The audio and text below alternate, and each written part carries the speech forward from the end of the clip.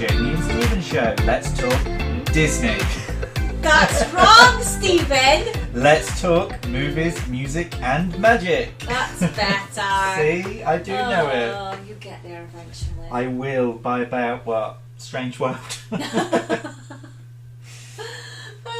So this week it's Peter Pan. It is.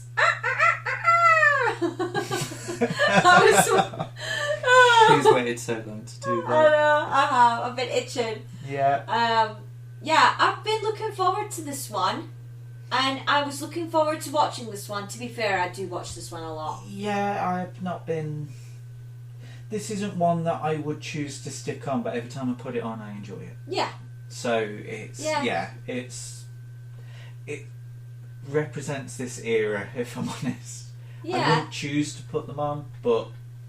Yeah. When I do, I enjoy them. Unless it's Alice in Wonderland. Yeah. In which case, no one's going to. And if you've not listened to that episode, then go back a week and you'll hear. Travel in time. Last week's episode, we rewatched Alice in Wonderland, and we had thoughts on that one. Yes. And if you haven't already, let us know your thoughts. Please let us know. Email us. Send us a DM on Instagram. Leave a review.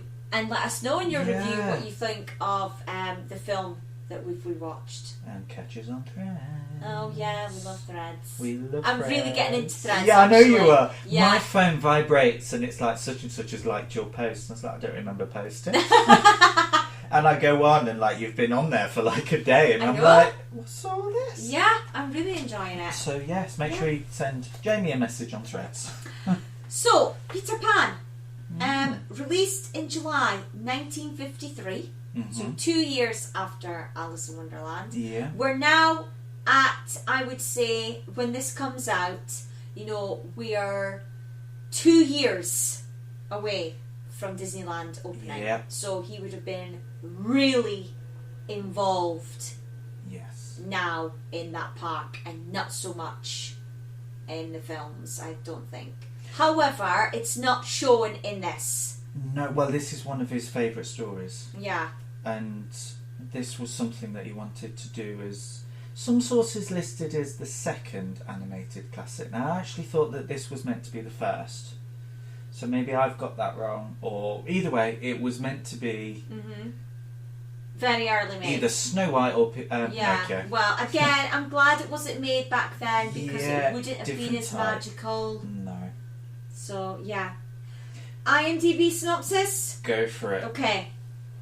Wendy and her brothers are whisked away to the magical world of Neverland with the hero of their stories, Peter Pan.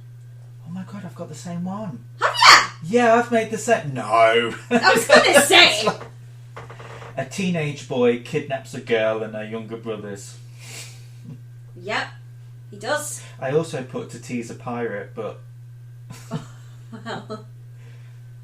Don't know if it needed that. No, I don't think it needed that.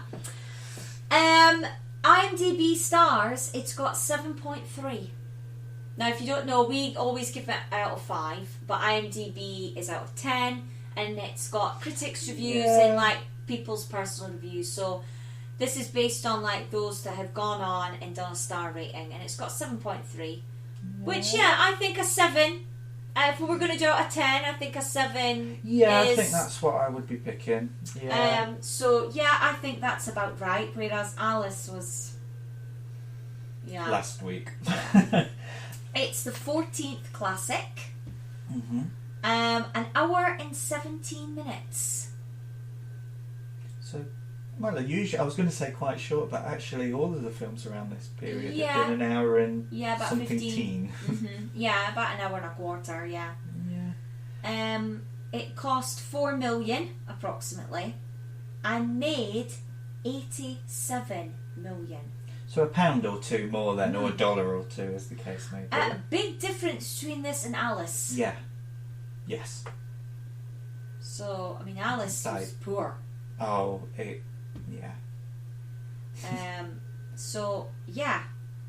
Cast? Well, I've got some bits. So before it was made, Okay. It was originally planned. Walt Disney considered making a Peter Pan film, as I say, one of the early ones. This was 1935, and he purchased the film rights from, and I wrote it down because I wanted to say it right, the Great Ormond Street Hospital for Sick Children. Yeah.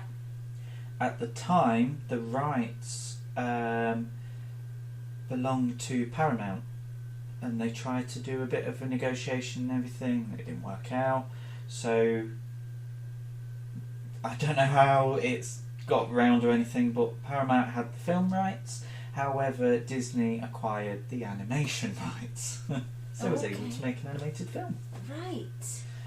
The rights of Peter Pan still remain with Great Ormond Street Hospice, and we know from being at the Disney store that still continues. There was a we mentioned about the tree at the Christmas time before, and some of the cards and gift tags. That's in our Christmas episode if you wanted to head and look at that. And I think that's still true of even the characters of Tinkerbell. Does Disney not, although they don't have to pay the rights to use it, does money not go to Great Ormond Street? I have no idea. I don't know anymore. See, when you're a cast member, you know all of these bits, and then... If anyone does know, let us know. Oh, you know we will know, won't you? Who do we mention every time? Oh, Jess. Jess might know, yeah. Jess, if you're listening, let us know. If so if you think Tinkerbell still is owned by the Great Ormond Street. Because I know that Tinkerbell as a concept, as a character, is owned by Disney, because before it was just a light. Yeah. But the Peter Pan as a book, is the rights to that are Great Ormond Street. The rights to the stage play are now in public domain. Right, okay. So, yeah, I think this might be a funny one with rights. Yeah. So, yeah. But yes, it was shelved in 1942 but resurrected in 1949. Yeah. Good. Now you can move on to the cast. Sorry, I just wanted to get a bit of pre-making in there. Yeah.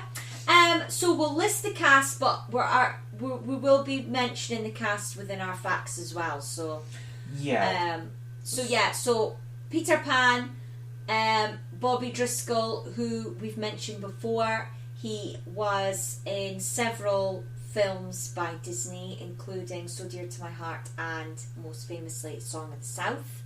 He also voiced Goofy Jr. in the shorts Fathers Are People and Father's Lion. So not Max. Oh, so this is Goofy before Max? Jr. Or is this Goofy as a kid? No, this is Goofy Jr. Oh. Yeah, character is called Goofy Jr. Last week we mentioned her, Catherine Beaumont. She played Alice in Alice in Wonderland, and she plays Wendy Darling. So Peter, gets on my tits. Oh really? Yes. Oh, every Peter. time she says that name, get life. Hans Conrad. I got it as Conrad. Conrad. Yeah. Is Captain Hook and Mr. Darling. And Bill Thompson is Mr. Smee and some of the pirates. So they're the four famous people. I got more facts about the male actors, because I think we covered... Yeah, Catherine we did last week. Alice being the main character and things. So. Yeah, I mean, although in the books it's Peter and Wendy, isn't it? Yeah. But in this, I wouldn't have necessarily said... I mean, to be honest, I don't think there is a real main character in this. I think they all have quite an equal amount of screen time.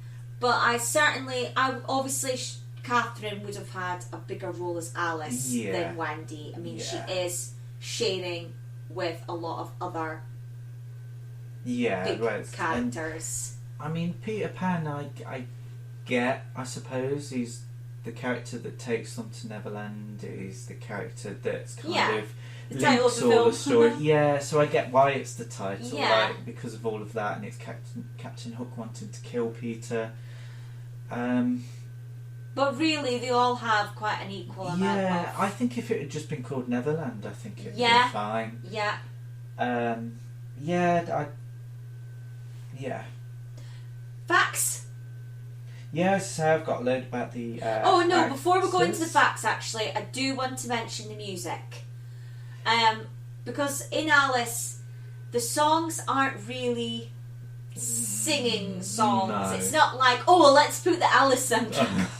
But I feel like this, like we've had with Cinderella, and This has got proper songs. yes, and we know. We can't sing one of them. We know that one of them was going to be written for Alice in Wonderland. Go on then, you've waited a whole week to tell us. Yeah, so it was originally going to be called Beyond the Laughing Sky. Yes. And it was changed to The Second Star to the Right. And that was then put into Peter Pan. Which, yes! Yeah. Those songs, especially the think of any little happy thought or whatever it's called, that screams Disney to me. Yeah. Think of a wonderful thought. Yeah. Any happy little thought. Or any merry little thought. I think it's any merry little thought. No idea, but I do apologise to anyone who has now got earache. No, they won't. Think of sleigh bells, think of snow. If they survived your loud voice. Yeah, so we've got You Can Fly, You Can Fly, You Can Fly. Follow the Leader. Yeah. I always sing that. You know when we're in the parks. Do you know what Follow the Leader I thought was an actual, just a nursery rhyme, you know, like Ring a Ring Roses. Oh, really? Yeah, I always thought, I never knew. No, when we're in the parks and we're marching off to the next ride, I always say, you know, following the leader, the leader. Yeah. There's 3 big songs there. Obviously, Second Star to the Right. I mean, that's even used in, you know, the parks for like the fireworks, and it gives you goosebumps. It's just nice. They're all nice. Yeah. So apart from Follow the Leader, that's not nice. But it's jolly. It's So here we go. Yeah. Obviously, what makes the red man red? Yeah, we will. Yeah, we can't. We've spoke before about different times, and I mean, I think the best thing that can be said was Mark Davis, when he was interviewed in the early 2000s, he said that if they was to do that film, they wouldn't do the Native Americans as they portrayed them in the 1950s. No. And I think that just sums it up, really. Yeah, I mean, it's looking back, obviously, you know, people say a lot now, but it was at the time. And it's annoying to think that at that time, and it was only 70 years ago. It's within not lifetime. Really that long ago. Yeah, it's within people's lifetimes. Yeah, just like obviously, you know, other things like the civil rights movement in America and all sorts. And the fact that, you know, Native Americans even now still don't really have a voice, and they're not. They're almost like, I don't want to say extinct because they're not, because they're there, but people forget that they're there. Yeah. Because they just don't get enough. Yeah, they're forgotten. Sidelined. Yes. Forgotten. They are. And I mean, we've got the Scorsese film, Swimming Flowers, so I can't remember the title. That's apparently brought the discussion up again. And it's always films that bring it up.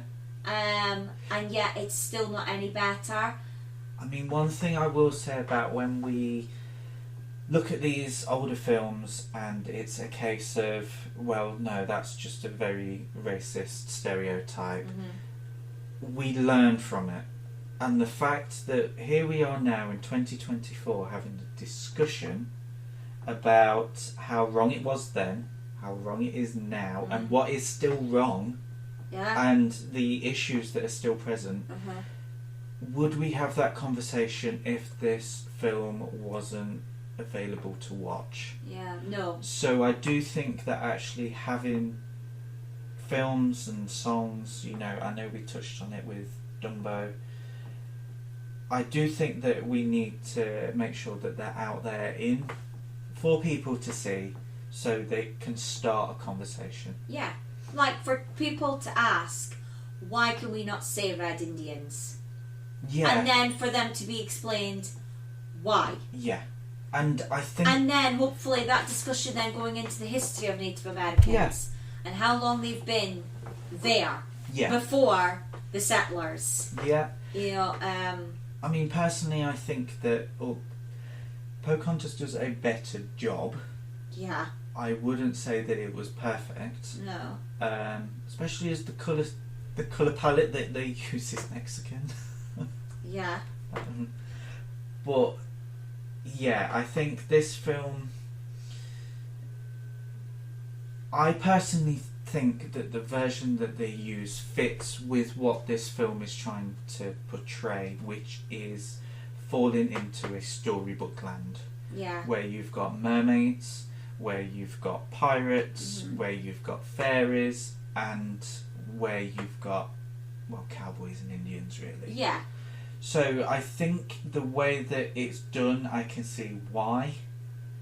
And I think with people not really knowing the impact that that has on people, I get why it wasn't cut or taken out or anything at the time, because you are portraying a caricature. Yeah. But actually now, we don't do that. No. It's just, and it's, as I say, it's good that we can sit here and have that conversation. Yeah. Well, this is one of the films that you have the warning before, and it gives you the 12-second countdown, and it explains that, you know, it's restricted for under 7s. So I've never played with the account settings on Disney Plus. I could still. Oh no, I don't think it's on Jacob's profile. No, it's restricted for under 7s on Disney Plus, and it has 7+ written in the corner. Right, okay. When I watched it, it came up, and I was like, "That's weird," but it's because of this. Right. Okay. Which is so frustrating because. But does it not make it better that when a child is watching it, if they imitate, that an adult can be there to kind of say, do you know what, actually, because I had this, we don't do this. You know, when I was a kid, my sister, you know, is younger than me. She'd have seen it as a kid, and funnily enough, we never went round going, "What makes the red man red?" You know. Outside of home, like we would never call them that. We never. It's just it's weird how some people see that. See, for films me, have such a. It's the noise. It's the howl where you put your hand over your mouth, which I'm not going to do. Yeah. But that I would definitely say that when I was younger and we were playing in the playground and it was those kind of games. If you were the cowboys, you would do the talking and the boots and the pistols and things. Tobacco in your mouth. Yeah. And if you played the Indians, you would do the noise. Yeah. You would probably say the word Yeah. Because or how. Yeah. Especially. Yeah. Because it's the caricature of that. And again, this is the 90s. So not that long ago. But yeah, I hope that children now just see the difference. Yeah. Well, I've watched this loads of times with Finlay. And he's never said Red Indian. No. And he's never asked questions. He is more focused on the pirates. Captain Hook. And to be honest with you, I mean, I even mentioned to Luke, he was like, "Oh, did you like Peter Pan?" I was like, "Do you know what? The only person in this film that I have any sympathy for is Captain Hook. Because Wendy's just an annoying... No, Peter! Peter! Do you know what? Those mermaids, we were only trying to drown her. I know. I'd You left didn't them. do a very good job. Yeah, try harder. Peter's a knob. Yeah. He cut off a hand and fed it to a crocodile. No. Like... You would go to juvie. Yeah. And then you've got the smart-ass one, who was like, oh yes, no, Michael. sorry. Or is that John? Whichever one it is, Okay. can't be doing Yeah, with Michael's the one with the teddy bear. that. The little boy with the teddy bear, Michael. Yeah. He's so fickle. Signed to be a pirate, okay. And then Signed he's to be an Indian. okay. Yeah. Are you going to be one of the last? Okay. It's like, I know. will you read us a story? I thought you were our mum. You've Yeah. been there, what, a day? Not even a day. It's like, no, sorry. I know. He's drew all over his dad's clothes and everything. Then you've got Tinkerbell, who, I'm sorry, get a life. If your entire life is based around a man, you are a disgrace to womankind. Captain Hook. Yeah. He's the only one that I can say, do you know what? Yeah, I can get. see why he's trying to kill Peter Pan. I get exactly what he's doing and why he's doing it, and do you know what? I'm there for him. Yeah. Alright? He's the hero. It should be called Hook. Which it does Which it does. in the future, which we will get to. Yes. But yeah, right, facts. Yes. This was actually. It was the last film worked on by all 9 of the 9 old men. And it was also the last film released through RKO. Yeah.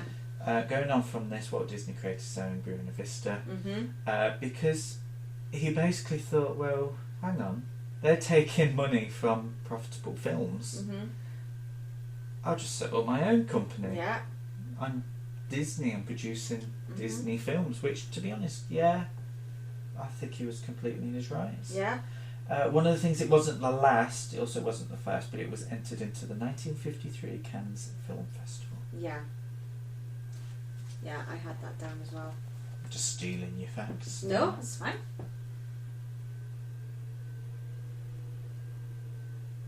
I have a lot of things after Peter Pan, so like almost the legacy of Mm-hmm. Peter Pan. But I think one of the major things, you know, we talked about cast and things. I don't know if you wanted maybe to touch upon that. What about Bobby Driscoll? Yeah, well, I've got facts about the other that we mentioned, Hans Conried and Bill Thompson. Okay. Have you got any about those? Dun, dun, dun. I know, it's because it's all blurring. It's all blurring. Yeah. Well, for me, Hans Conried, although he did voice other things in Disney, Mm-hmm. which includes King Stefan in Sleeping Beauty, he also voiced the Magic Mirror, but not in the Snow White film. He voiced it in The Wonderful World of Colour and the TV right, series. yes. So he would have appeared as the Magic Mirror with Catherine Beaumont in those TV shorts. Yeah. Him as the mirror, weirdly, Yeah. and her as Alice. Yeah. The most thing that, and I was just impressed by this, but his probably most famous voice, apart from Captain Hook, is the Grinch from the original.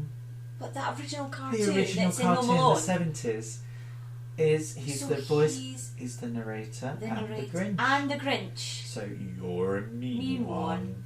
Wow, Yeah. I never knew that. I was really impressed by that. That More is so impressed than the good. other stuff. He died in 1982, and he left his body to medical science. Wow. So, they're my facts about him. Yeah. I have some more to say about Bill Thompson. Did you have any more about? No. No? You go. Yeah, go Okay, on with so Bill Thompson, yeah. Bill Thompson. Mr. Smee. Mr. Smee. Also voiced Droopy, the dog, in the shorts. Yes. He was also the White Rabbit and the Dodo in Alice in Wonderland. Oh my god! Yes. And he played King Hubert, and I had to Google who that was, but Prince Philip's dad. Yeah. He had his most roles in Lady and the Tramp.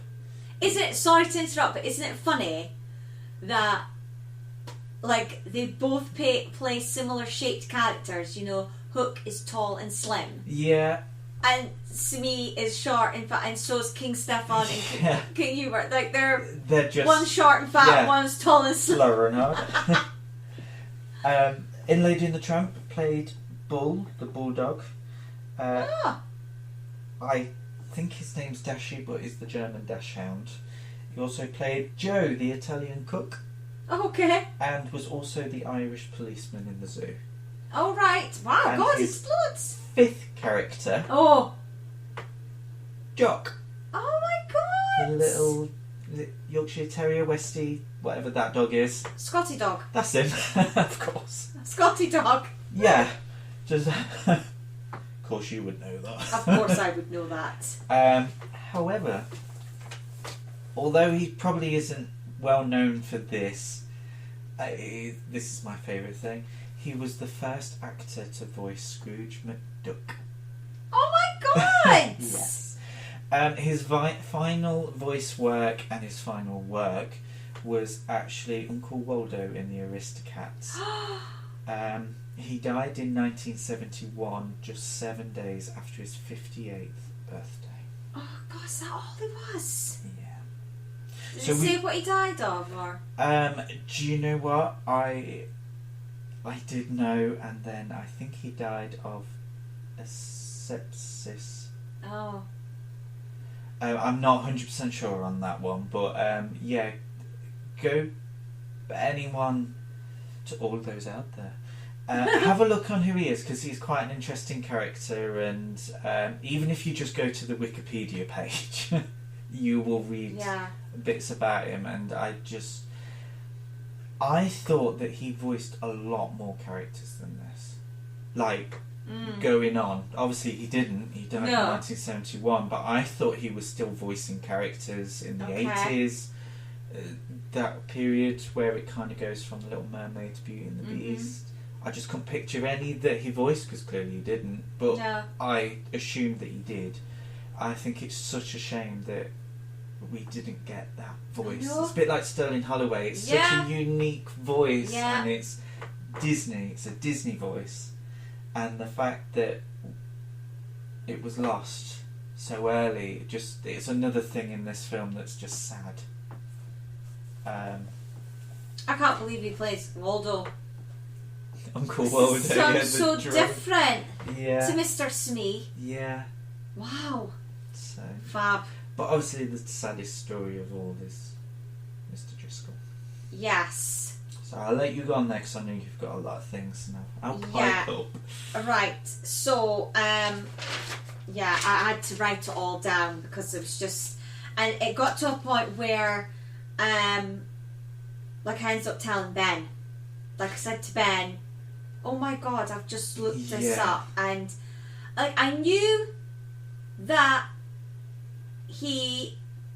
I knew a bit about his struggle between child actor and adult. Yeah. And I knew that he did die young. Yes. But oh my God, when I read into him and I found out. How old was he when he died? Because 31. That's all he was, 31 years old. So we're both older than. Yeah, we're older. I mean, I'm 7 years older. And all of this happened in his lifetime. And yeah. Wow. Yeah. Right, so, I mean, the saddest part is, it's like one of those stories where, could this get any worse? And it does. So, obviously, I'll just quickly go over. So, Bobby Driscoll, he was a child actor, and, he is famous for Song of the South, So Dear to My Heart, and obviously we said how he's featured in Melody Time. Yeah, in in the Peckersville bit. And obviously, in terms of a voice actor, his most famous role is Peter Pan. Mm-hmm. This one. Now, between Song of the South and Peter Pan, in terms of the release, it's a good 5 years. Yeah, there is. Yeah. So he is obviously older in Peter Pan by the time the film comes out. Yes. Not at the time that he would have recorded the voicing, because I think No. that could have been quite early on in the I production. think it's 49 when stuff like that was being recorded. But by the time the film was released, he was older. So there isn't an exact fact on the exact day, but they say round about March, early April,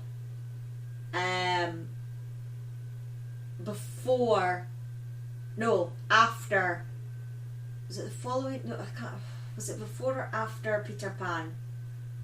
I think it was before the release of Peter Pan. Yeah. So it was March, early April, before Peter Pan was released in the summer. He was told that he was no longer needed by the Walt Disney Company. When he tried to see Disney himself, Disney was too busy, and it was his secretary had informed him that he was no longer needed, and apparently he broke down crying and was escorted off property. Now you see, at this point, so just for a bit of back I'm going to correct myself. I think this was after Peter Pan. Yeah, so I think it was the it, following year. Yeah. Because they needed them to promote the film. Yeah. So we'll say 54. Yeah. So we'll say March, April 1954. This incident happened. So. Well, before he, obviously, I mean, he was the first male actor Walt Disney placed under contract. Yeah, it was a 7-year contract. Yeah, he was one of the first two. So Luana Patton, who was in. Was the girl? Yeah. So she was the first actress. He was obviously voicing, like I mentioned, the Goofy Junior in the shorts. He was not only the voice but the close-up model for Peter Pan.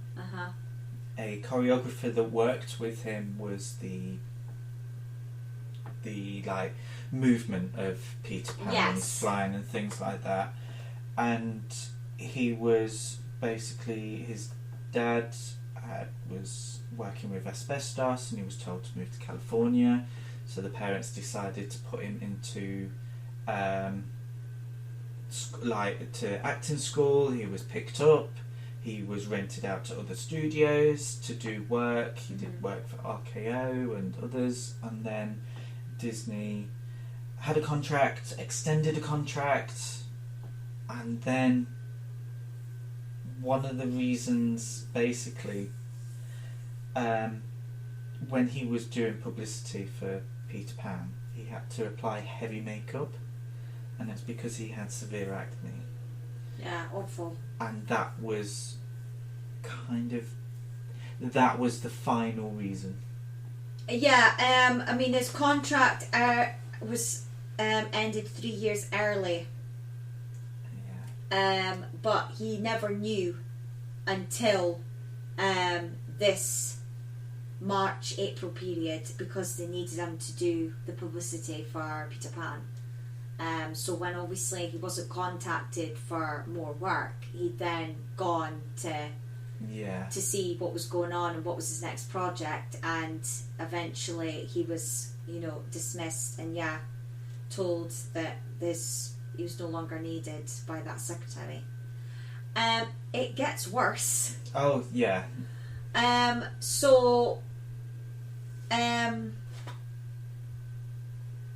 I don't think I actually wrote it down.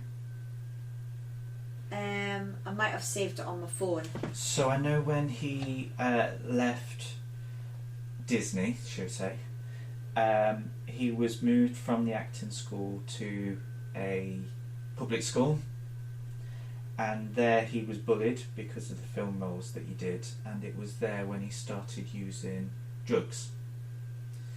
Yeah, that was the thing. I'd gotten it written. I read that he was 17 years old when he first took heroin. Yeah, I was going to say heroin was, and the reason why it was heroin is because he had the money.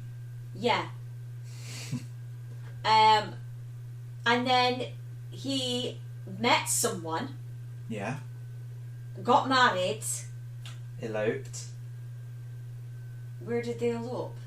I don't know where they eloped to, but I know they eloped. Oh, so it wasn't like married in front of family his or parents anything? did not want them to get married. Oh, well, yeah, because weren't they like... Really young. Yeah. And then they ran away, got married, but they did have a ceremony the following year. Okay. But yes. Yeah, so and they had children. 3 kids. Yeah. And then he tried to get... Was it he tried to go on Broadway or something? He tried to get theatre work. That bit. I know that he tried to go... I know he was trying to get work, and work dried up because the marriage was very, very short. It was just long enough to have those 3 kids. And then he was such a drug user that he wasn't allowed to see his children afterwards. Well, yeah. Yeah. I mean, at least she had her head screwed on. But yeah, and it gets worse, people. It gets worse. So he managed to get a tiny part in a film, didn't he? Yeah, he was doing tiny bit parts, and I think he was doing... I know right towards the end he was doing parts in like American syndicated programs. But I can't remember like the timeline of that. But basically, after Disney, his work was non-existent. It just kept getting less and less and less. Yeah. Sorry, because I want to get this last bit correct. I can't believe I didn't write it down. I really thought I'd written it down. Anyway, let me try and find it. Do you... So I know about... he was obviously... Well, he was arrested. Yeah. He was arrested for like a GBH charge, so it was a drug-induced, and he hit someone with a pistol. But those charges were dropped. And then he was arrested again for drug use. And I think it was public disturbance, or there was multiple different things, but he actually went to prison for a year. And it's when he was released from prison.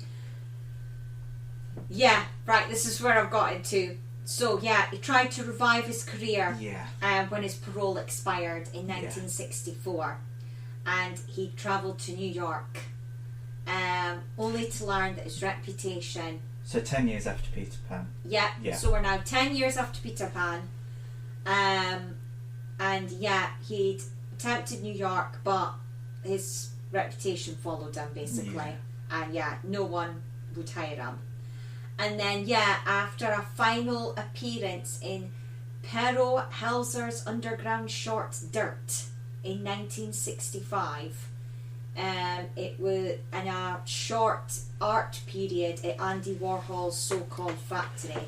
So he was an artist, and he did collages and artwork. Yeah, and actually he was quite good at it, and that could have been his avenue. If he had stayed away from the drugs. If he'd have stayed away from the drugs. So he could have gone down that road. He could have gone down that route. He had an exhibition decades later. After death. After death. I think it was in the 2000s. Oh, really? So who would have had his work? His children? I'm not sure. I know it was just... He had an art exhibition where some of his collages and work on cardboard was... presented, so he could have done that. Basically, that was his route. Oh, But then yeah. we are talking about the 60s in the Yeah. art world. Drugs are going to be there. Oh, There's yeah. no way that he's going to be able to No. escape that if he wanted to and still be an artist. So his get out Yeah. is also helping towards his downfall. Yeah. Yeah, so after that thing he did with Andy Warhol, he disappeared into the underground and had no money whatsoever. Like nobody knows what exactly he was doing before he died. And on March 30th, 1968, 2 plain children found his dead body in an abandoned East Village tenement. Believed, this is the saddest part, believed to be an unclaimed and homeless person. He was found in a cot. Oh, And a baby's cot. And baby's cot, surrounded by religious paraphernalia. So I'm guessing a Bible, maybe a cross. Okay. But yes, do carry on. Yeah, believed to be an unclaimed and homeless person. He was buried in an unmarked pauper's grave on Hart Island, where he remains. It was actually Disney that helped find him. So his mum contacted Disney to say, I haven't heard from him. I'm struggling. I can't find anyone. Is there anything you can do to help? When I say Disney, I mean the company. Right. And yeah, because he would have been dead. dead. He would have died.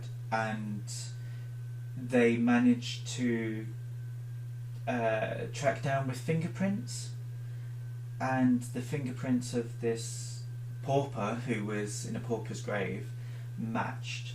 And yes, his body does remain there, but his tombstone is it epigraph? Whatever that's called, his name is written on his father's tombstone. Oh, right, okay. So yeah, this is something like 2 years after his death. Mm-hmm. So 1970. Yeah. So it really, it's, when I was reading it, I just didn't know who to care about. Yeah.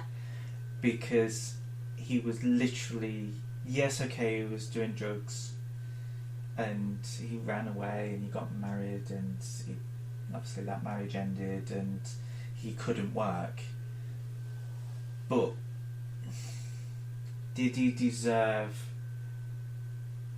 dying at the age of 31 in a baby's cot?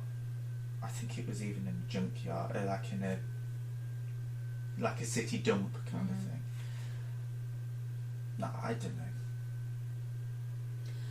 All I know is it's for something that it's the boy who never grew up. Oh. I just think there's something, yeah.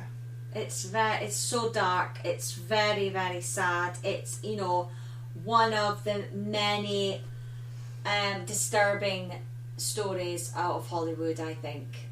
There's so many of them, and this would be right up there for me. Yeah. And it's the dark side of that profession, I think. I'm not saying that it's the reason he became a drug addict and it's Hollywood's fault that he was a drug addict, but it just showed that, I know they're trying to do better now, and there are a lot of things in place now for younger actors that weren't there 10 years ago. Yeah. Never mind 80 years ago. We've heard stories of how Judy Garland was treated when she was a child actor at that time, how Shirley Temple was treated, even the likes of Marilyn Monroe, as an adult. Yeah. It's not a surprise for that era.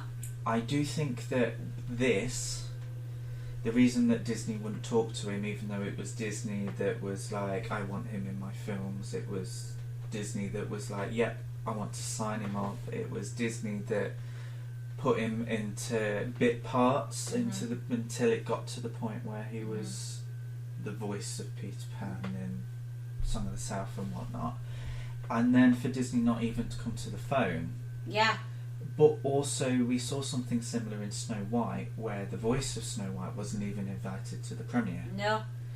So again, we spoke about of the time what we know is wrong about the depiction of Native Americans. We're also talking about what is wrong with Hollywood and the way it treats younger people. And I actually think that although we look at Walt Disney being this magical person, I think his attitude to his child stars was probably not what the Disney company would like us to think it is. No. And, luckily, thanks to the internet, we're able to find these things out now and read about them. Yeah. And they can't be hidden. No. And unfortunately, it is probably one of the negative sides to the company. Yeah. And its history and of Walt Disney as a person, because he literally, to me, the way that Bobby Driscoll was treated was like you would treat a washing machine that has done to 11 years of washing, and you've decided to upgrade or get a new one. She's only saying this because she's I've upgraded literally her just washing done machine. that. But the plug sponsored by Currys. no kindness, no respect, No. no appreciation that this actor was in several of his projects, and Peter Pan has made money. Yeah, consistently as well. Like, it's... And all because Yeah. he grew up. Yeah. And was no longer looking a cute little boy anymore, and he was finally becoming a man. Yeah. That all of a sudden he was just thrown out like an old rug or an old chair or old bedding or a broken washing machine. And what's really annoying is because he was Jim Hawkins in Treasure Island. Yeah. And looking at that period of Disney and the kind of live action films that followed that, there was absolutely no reason for it. No. The Swiss Family Robinson, there's a role for him in that. Yeah. There's roles in, like, The Absent-Minded Professor, even if it was bit parts. Or kept him as a voice actor. Or kept him. If he wasn't happy with how he looked, he could have just kept him as a voice actor. Especially when you look at the films that come up where you've got Dalmatians. Yeah. You've got... Aristocats. Yeah, or... Duggabook, he could have played Mowgli. Yeah. Sword in the Stone. Yeah, he could have played Arthur. He could have played... Just because when we get to those films, those voices weren't exactly memorable. No. But do you know what? He could have been synonymous with that era of Disney as well. Yeah. Just, it's... He went down a dark, dark path. Mm-hmm. And... unless it was because Disney found out about his drug taking. It was before he took drugs after he was let go from Disney. Because it was while he was being bullied at school. Right, okay. And he was bullied at school because of his acne. Because he's been Peter Pan. He'd been in films and things. Oh, right, okay. And because Disney dropped him, he had to move school. Right. It's so sad. It's a combination of a lot of things, and I think it's just a shame that for a film about not growing up, I know. And the fact that he never grew up. The fact is, Mum and Dad weren't there. They were in a completely different state. Yeah. And he didn't have anyone looking after him. The thing is, it's not even that... I don't know who is to blame in this situation, because you could blame him, you could blame his parents, you could blame Disney, you could blame Hollywood, you could blame the bullies, you could blame people taking drugs, giving him drugs. Yeah. There's so many people you could blame, and I don't think anyone in this situation is blameless, but I don't think anyone holds the majority of the blame, but I do think his pain started... it's over lots of different things. But I do think the initiation of that was when he was let go from the studio and didn't find work. Yeah. And if the reason is things like because he had a spotty face. It's awful. Yeah. Awful. Right, okay, we're going to try and, get to a bit more uplifting or positive. Well, I tell you what. Because that was a bit sad. Yeah, that went into it there.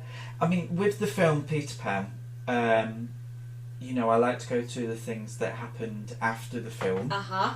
And, this is the best way that he could be remembered, and any of the actors who have passed away from any of the films.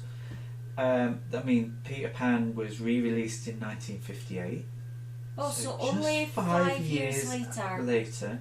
1969, 1976, 1982, and 1989. It also was released in the UK on the 1st of September 2023 for Disney's 100. On home media, in the US it was released VHS, Betamax and Laserdisc in 1990, but we had to wait until 1993. Okay. Which is actually the version I think I had. Yeah, I definitely had it on video. So I think that was... So, DVD was one of the first DVDs. It was released in 1999. Okay. And was only available for 60 days. Weird. Yeah, that's why I've kind of included that. I was like, Okay. And for its 60th anniversary, it received its release on Blu-ray in 2013. We mentioned it was on Disney Plus. Mm-hmm. It's restricted for certain age groups, but it was one of the first things on Disney Plus. One of the other firsts as well was its ride at Peter Pan's Flight. That was an opening day attraction, and it's actually one of the very few left from opening day in Disneyland. In Disneyland. It's at 5 of the 6 parks, so it doesn't feature in Hong Kong. The one in California was redesigned in 1983, so the version that you see there and the versions... It's not the original, because they moved bits around and changed things around, but the attraction is still there, it's just different. And the version at Disneyland Paris is the longest. No way. Yeah. I don't believe that.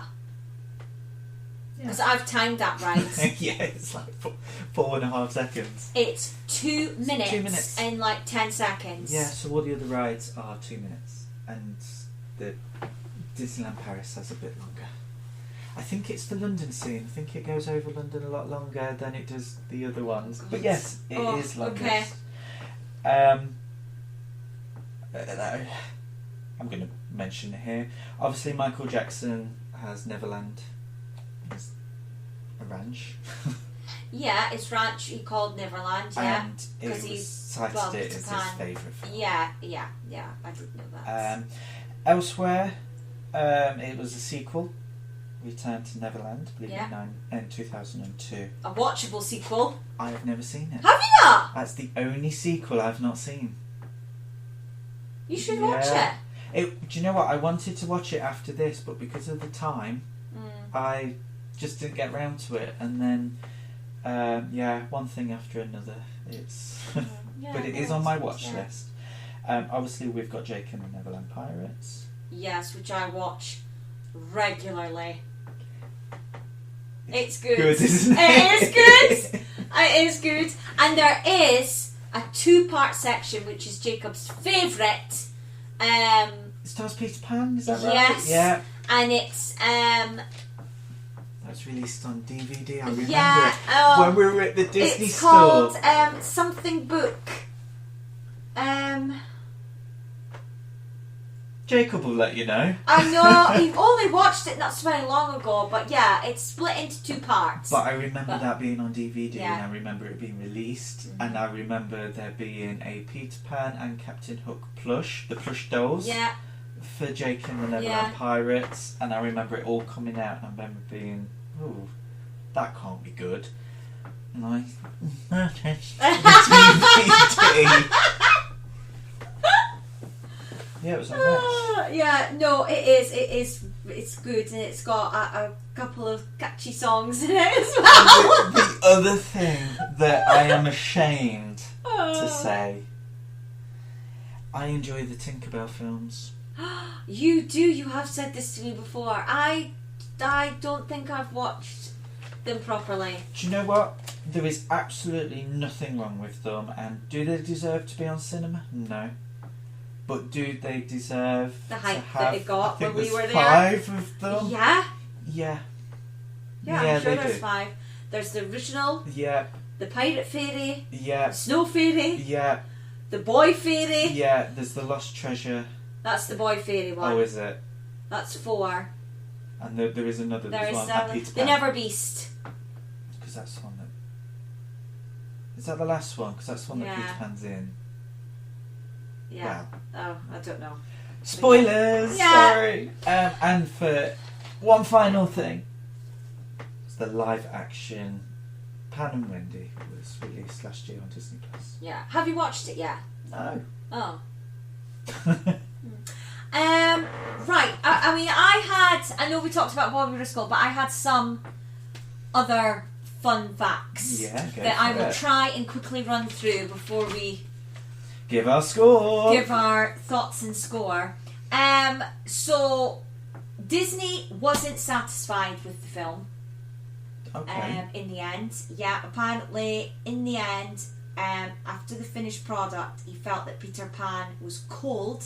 Yeah. And unlikable. Yeah, I don't like him. Yeah. Peter Pan, Captain Hook, all the way. However, experts on J.M. Barrie praise this as a success, as they insist that Pan was originally written to be a heartless sociopath. Yes, and I agree. And he's a little imp because of his ears. Yeah, so... so even though Disney didn't like but he'd actually portrayed them in the way that I suppose at this point though, Cinderella, he was worried that she would look smug. Yeah. Alice was a cold character until she became the someone queen. like and then Peter Pan being a cold character, I suppose in his mind that was very conscious about what was happening. Yeah. To his leads. Yeah. So. Originally planned, Nana was supposed to travel with them. Yeah, she was. But one of the boys wasn't. Yeah. Michael, the smart one. I wish he didn't. Nana's fine. John, you mean? John. No, the baby. Either way. Oh, I don't know. I The always smart get them one mixed up. was not and meant apparently to go. it was going to have a darker ending as well. Oh. But it didn't say what the ending was. Like on stage, Captain Hook and Mr. Darling are played by the same actor. Yep. Looks were even modelled after the voice actor. Yeah. And Nana and Crocodile are also a dual role on stage. It's acknowledged by the fact the crocodile has dog-like qualities. Tick tock, tick tock, cock. Yeah. Tick tock, tick tock. When Walt Disney was a child, he played Peter Pan as in a school function.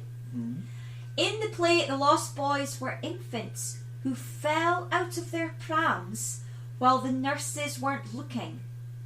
Whereas Peter Pan is a permanent resident of Neverland, the Lost Boys are only temporary lodgers.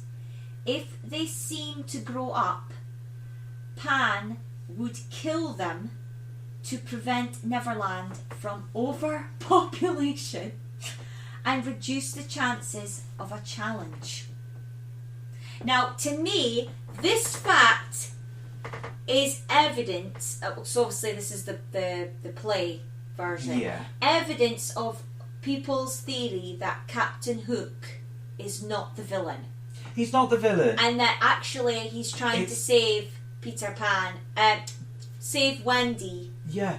and our brothers He from is- Peter Pan. Yeah. He's not the villain. Yeah. He is the only person that I care about in this film. He's the best. Although that's not how Disney portrays. Is the best designed character. He's the Um, best voice work, I think, at this point. He's the only character there who's, despite being a pirate, Yeah. he's the only one there with proper intentions.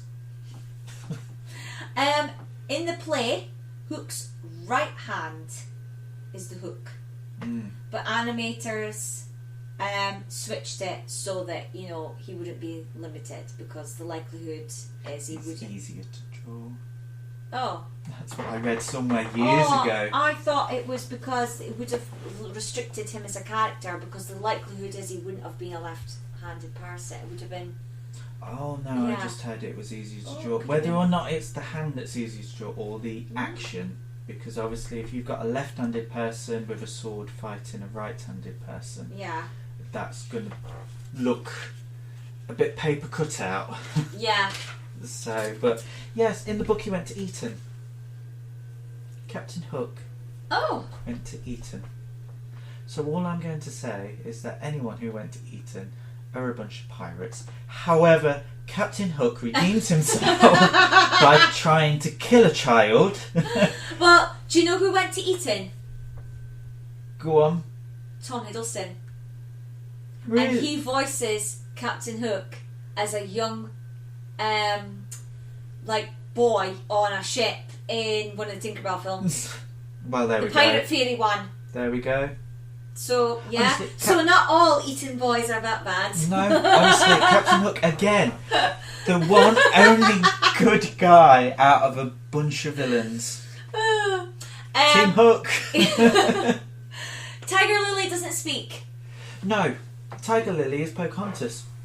No, she's not. Cheers. No. So in the original pitch for Pocahontas, the guy who did the pitch, and when we get to Pocahontas, Okay. I'll get more. But the only thing that he could do, because he didn't have time, and he Was can't, get a couldn't picture draw, of the Tiger Lily. get a picture of Tiger Lily, and basically the pitch for that film was a strong Native American woman. And it was Tiger Lily, and I think it's surrounded by animals or something. But when we get to Pocahontas, we'll get more to Okay. that. But yes, Tiger Lily won the pitch for Pocahontas. Oh. So for somebody who didn't speak, she did speak for Pocahontas. She did. Yeah. She did. For Tinkerbell's Tinkle, now this I thought was amazing. And I don't think this department ever, I say it every time I watch a documentary about how a film's made, this department doesn't get enough credit. So the sound effects department.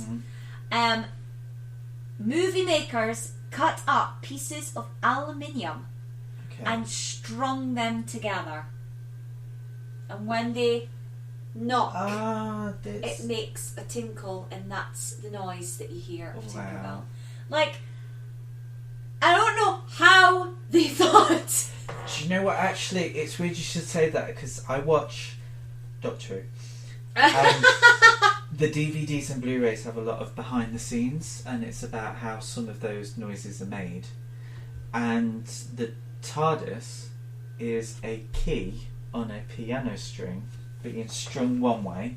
It's fed through an electronic machine that plays it backwards, which is then recorded and played again, and when you actually listen to it, it sounds like it's moving away and coming towards you at the same time.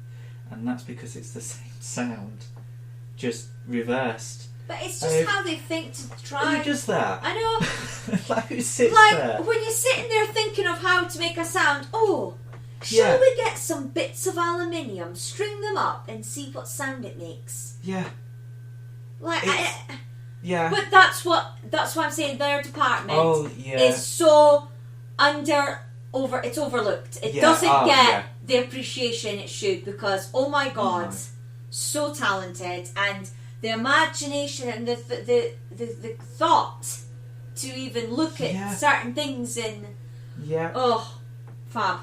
It's amazing you should say that when the Lion King, the roars of the lion are tigers, not lions, because tigers' roars sound louder. more like a lion's lion. roar. How we envision a lion's roar, you mean? Yeah, Or on us film. humans. On film. Oh, right, okay. Yeah.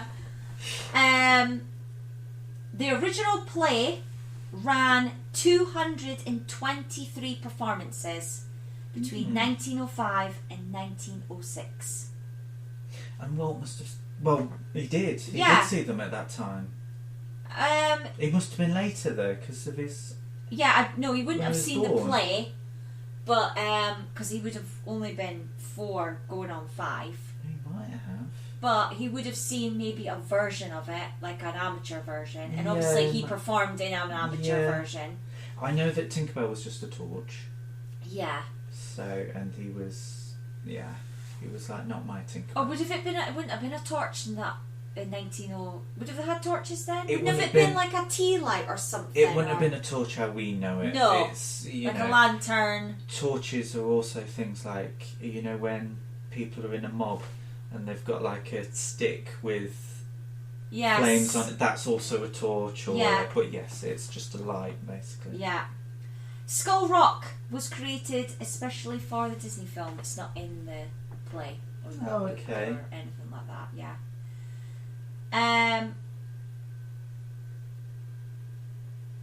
Yeah, I think that's it. Well, I have a few hidden Mickeys. Okay. But not as many as I'd like. Okay. Because I've run out of time researching this one. Right. Obviously in Wish, Right. Pan is there twice. Yes, he is. Once in the one with the bubbles, once in the things. And there was another one, I forgot, I didn't write Well, I it mean, down. he's in that studio. Yeah, oh, everyone's in Yeah. Once Upon a Studio. But yeah, they're my hidden Mickeys. Obviously Okay, they're at the 2. parks more, yeah. There is more. I mean, at the parks, I think Peter Pan actually represents more things in the parks than the majority of other bits. Because you've got the mermaid on the lake in Tomorrowland, who are not there now, by the way. It's Hank from Finding Nemo. There used to be real mermaids. Oh, really? Yeah. Oh, in the Disneyland. Disneyland. Right. And Okay. they used to wave. Oh, like real people. Real people, yeah. Oh. So they were the mermaids there. Tinkerbell, and they did this for the 50th as well, but used to travel from a wire Yes, I've seen across. that. Yeah, Yes. fab. Obviously, there's a meet and greet with the majority of them, Mhm. the majority of the characters. You've also got in Paris is the Captain Hook's ship. To be fair, I think Paris has got quite a really good representation of the film. Yeah. And the way that it's placed in the park, Yeah. for those who don't know, it's very well designed, and because those park fans, you've all seen those bits that just don't make sense when you walk from Yeah. one land to another, Yeah. where it's like, why are we going from there to there with between these two? Why is Mickey's Philomagic next to Tomorrowland? Or yeah, stuff like that. But in Disneyland Paris, they got this bang on where from Fantasyland, right at the edge, you have Peter Pan's flight, and you walk through to Adventure Isle, and next door to that is Pirates of the Caribbean. Yeah. And in front of that, we have Captain Hook's ship and Skull Rock. Yes. And it just works. Yeah, the whole... I mean, I have got lost around there quite a few times. Yeah, in that Skull Rock. It's It's... fab. Yeah. And then it even goes further, because then behind that, you've got the Swiss Family Yeah. Robinson tree. It just goes. Yeah, and then it links into... Indiana Jones. Yeah, because it's And from then, Adventureland to Yeah. Frontierland. no, Indiana Jones is in Adventure Isle, and then you go round to Colonel Hathie's, Hakuna Matata, and then in Frontierland. Yeah, that's what it like. Yeah. It's a complete... It's a It's good a really flow. good flow. Yeah. And then you go into Walt Disney Studios and they've got the magic carpets as soon as you We won't walk talk in. about that park. So there are... Yeah, And in front of it, like the pirate Captain Hook's ship in Skull Rock is obviously in a giant lake, like a mini lake. Yeah. And in front of that, that's where they have their meet and greets with Captain Hook and Smee and Peter and Wendy. Yeah. And in Florida, they have an actual Meet Tinkerbell area. Ooh. Yes. Funny story about that one. Why, did you meet her? Yeah, damn right. Bitch. So, we had an idea. Mm-hmm. While we were there, it was one of Luke's friends' birthdays. And it was my Nana's birthday. And I got Chippendale and we said happy birthday Nana on the video. Sent it over. And then for one of Luke's friends, we went over and we thought it'd be a fun little thing if she was to say from one fairy to another. Because this person's gay. Yeah. And, you know, we joke about that. So, and she went, no, I'll tell you what I'm going to say. And then she said, oh, I just wanted to wish you a magical... No, don't want any of that shit. I wanted... So she really was Tinkerbell? Yes, and do you know what? Peter Pan was an arse as well.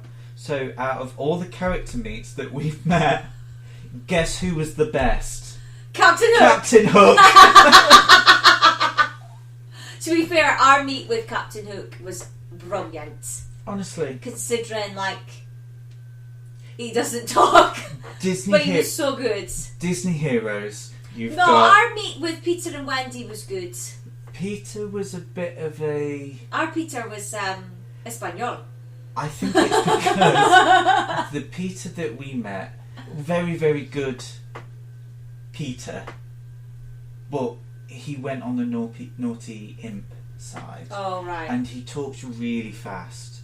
And he'd ask one of us a question, and then we'd be like, well, yeah. And then he'd move on to the next. And it felt rushed, but at the same time it wasn't rushed. It was just how the character, and I suppose it's a hard character to make. We met Mary Poppins and she was a complete nightmare. Yeah, I remember you saying that. And yeah, the Peter Pan just wasn't. Whereas Captain Hook just stands there and he's very quiet and you get a photo. Oh no, my Captain Hook was very animated. He got Finlay to do a hook. See, ours was during COVID, so our pictures with Captain Hook is where he's on the balcony and we're underneath. So he was very waving at everyone, and then he'd pose for a photo and he'd, you know, do his. I'm doing mimics, by the way. Yeah. I realised I'm not on a character. But to anyone who's looking through the window would have seen me pretend to be a pirate just then into a microphone. But yes, Captain Hook, all the way. Right, so will we get on to what we think of the film? I think I know who your favourite character is. I think we've gone through, yeah. I'll let you go on with that, what you thought. So, thoughts. Moral of the story, this is what I wrote down. Be a pirate. Growing up is necessary, rather than something to be avoided. Oh yeah, that was the moral of the story that I'd found, like, as like a fact sort of thing. So obviously you know Wendy doesn't want to grow up. No. However, at the end of the film, she realises that it is part of life and that, you know, she should just embrace it. She should embrace it. I just realised. What? You know how Captain Hook's the hero of the story? Right, okay. In your mind. I'm going to persuade you. Okay. Now. So you know in the scene where he's kidnapped the kids? Yeah, and... He's like, sign up to be a pirate and we're going to leave.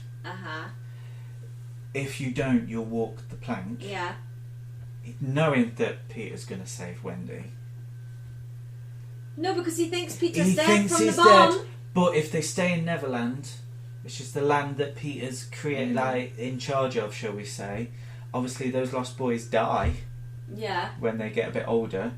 Captain Hook's trying to save them in the only way he knows how. Become a pirate, or you'll die. Yeah.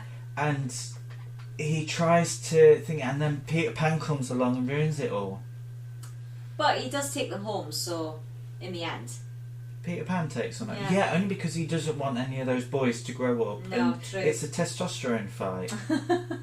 That's what it is. He must have a really small knob. And he's a boy! He is worth. Oh, he's 14. Okay, he's old enough to yeah. know about those bits. It must be small for him to be worried about children. I know, it's very dark. And then Captain Hook comes along. I mean, I get, obviously it was a play. It wasn't really a book. The book, it was after, wasn't it? Yeah, it was, yeah. So the play's in public domain because it's older. Yeah. But I've not read the book. No, I've not. I tried to. I did try to when I was younger, and I gave it a really good go. And it does. The beginning bit felt the same as the film. Oh, okay. When they're at home and things, but after that, I just stopped reading it. Oh. Yeah, I mean, I put it's not slow. No, it's good pace. Good. Yeah, really good pace. Easy to follow. Yeah. There are strong characters. Captain Hook. Yeah, I did write Captain Hook. Yes. And I wrote Tinkerbell as well. Very strong character, just don't like her. Yeah. Don't like her, but she is, like, I mean, you can't She's rounded. Yeah. She is rounded. Like, you know how she sounds. Yeah. You know what she thinks, even though she doesn't talk. Yeah. You know exactly She's how she feels. And you can follow that. It's really good talent. In terms of how she looks, yeah. You can't not watch her. No. Because she's just... That glow. Yeah. That glow is amazing how that's and done. the pixie dust and she's, you know, she's strong in terms of you know, like the way that she's not afraid of Captain Hook. She you know, she went there. Okay, she was trying to do Wendy in, but I mean, at that point, I think Tink was just trying to save Wendy. I've written that obviously Peter and Wendy are not the strongest. No. And I feel like they almost get a bit lost. I couldn't tell you, apart from being a whiny little bitch, I couldn't tell you what Wendy's personality is. Their big scene to me, and their most memorable scene, is with the mermaids. After that, I feel like all the other characters take over. Even when they're at the end and they're, you know, fighting, it's Captain Hook that I think of. It's not really Peter and Wendy. No. And I've put, you know, the songs as well are really good. Apart from What Makes the Red Man Red. Yeah, I mean, context-wise, it's no.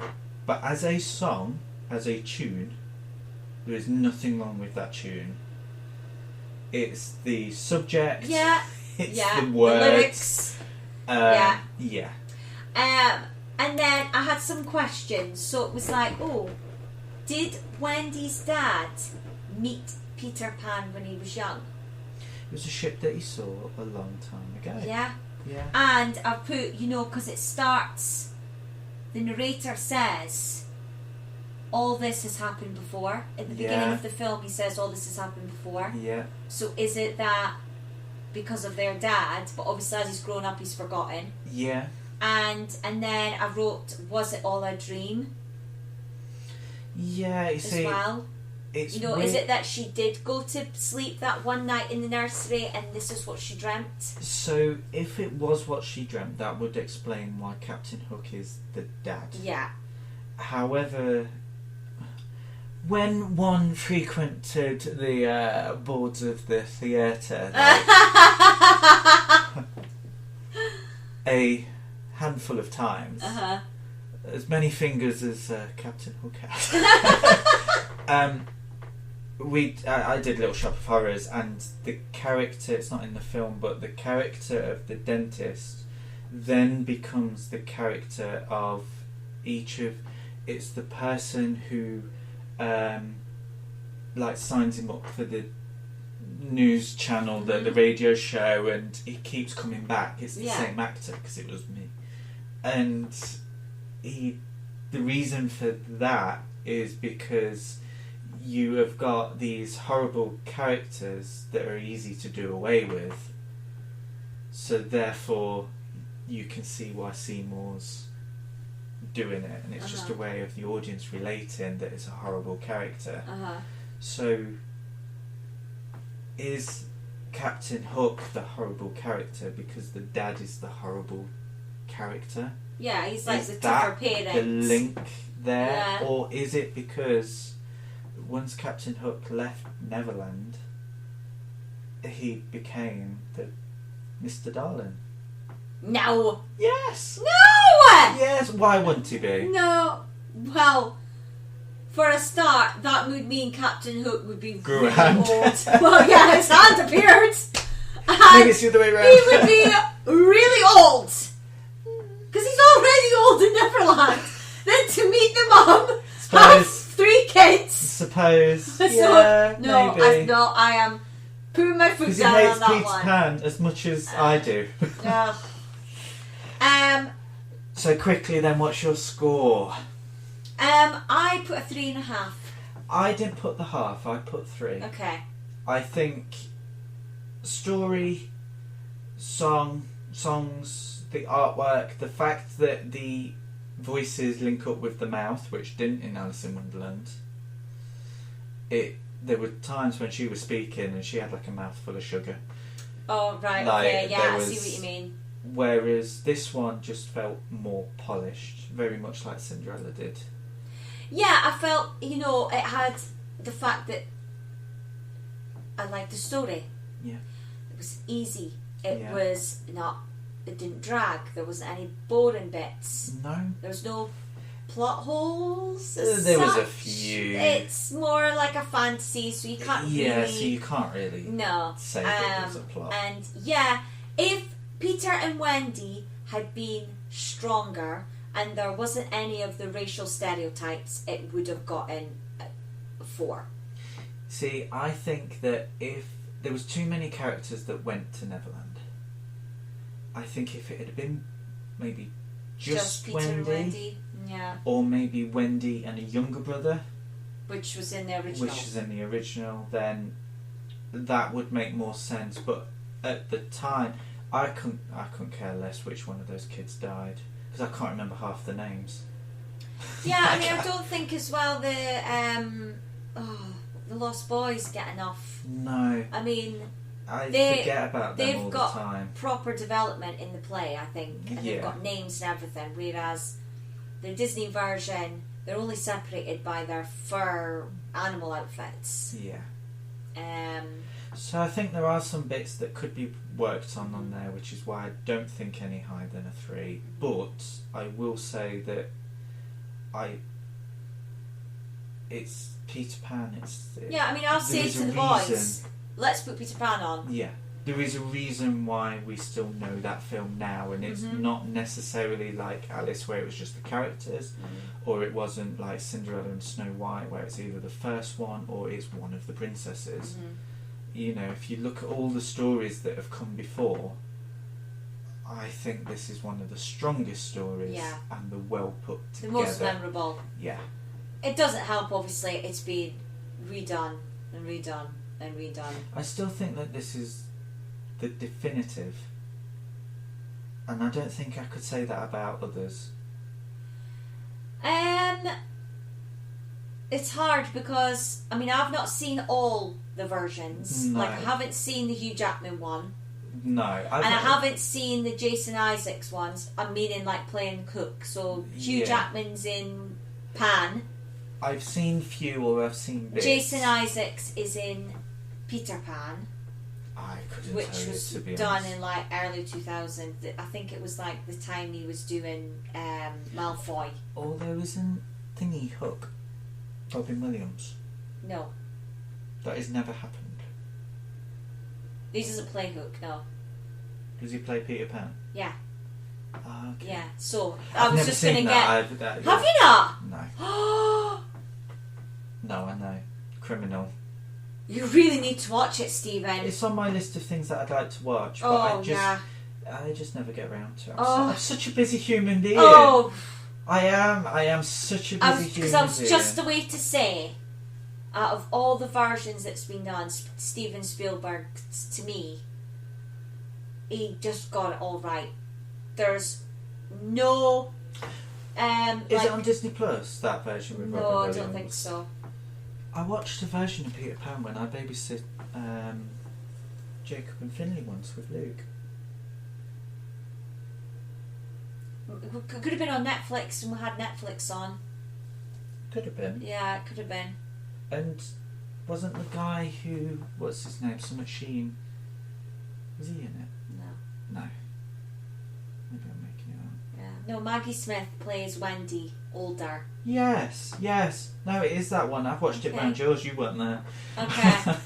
Yeah, I mean, I think I went to the cinema to see it. Or my mum definitely rented it out. Yeah, I think she would have rented it because I would have been 4 or 5 at the time. Because 91, I think it came out. I'd have been well too young. Yeah, you'd have been a baby. I'd have been a baby. So, yeah, I think I had it on video. I definitely had it on video. I definitely, my mum rented it. I remember all the different videos being in like HMV and things like that. I remember them being there, and it's just a film. I've never seen George of the Jungle, but I remember the videos. I remember the trailer. Yeah. But I don't remember the film because I've not watched it. So. But I mean, apart from the Disney version, if I was going to recommend any, other version, it would definitely be Hook. And to me, it. Like, if somebody was going to say, do you want the Disney version or Spielberg, it would be Spielberg's version. Yes, I suppose because I've not. And I think we have put it on for the boys before, but they've not really paid attention. But I just don't think they're old enough yet. But they will enjoy it because it's... Yeah. Yeah. So, yeah. So, that's Peter Pan. Next week is... Lady and the Tramp. Oh, lady. I actually, when I did an essay on Lady and the Tramp, I learnt a lot that actually I think the facts that will come out in that one will be very surprising. I think there's facts that people know, and there's a lot of things that people don't know. And yeah, I'm really looking forward to sharing some of those. Good. I really want people to come and join us next week and have fun with Lady and the Tramp. Yeah, it's one I never liked growing up. Really? Never liked it. It was only when I worked at the Disney store and I watched the Blu-ray that I actually enjoyed it. Aww. So you just have to join us next week. Yes, please join us next week. Hear all of those facts. And if you watch this week's episode, please leave a review because it helps. Yeah, we'd like 5 stars. Yes, we like to see reviews. We like to see comments. We like to see just shares, subscribes, whatever. Whatever you can do to help. Yeah. And if you have listened, thank you so much. Yes, and we will speak to you next week. Yeah, I'm Jamie. And I'm Stephen. And this is the Jamie and Stephen Show. Let's talk Disney, movies, music and magic. See you next week. Bye. Bye.